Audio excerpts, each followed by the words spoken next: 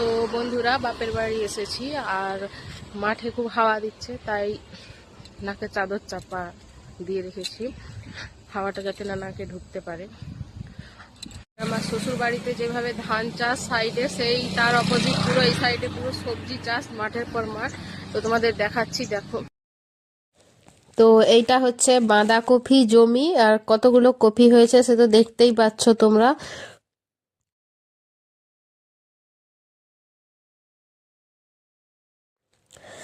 আর এখানে কাকিমারা সবাই জমিতে কিছু ফসল হয়তো লাগাচ্ছে, পেঁয়াজ, আলু বলো, পেঁয়াজ বলো, এরকম কিছু সবজি হয়তো লাগাচ্ছে। আর এটা একদম রাস্তার ধারে সরষে জমি।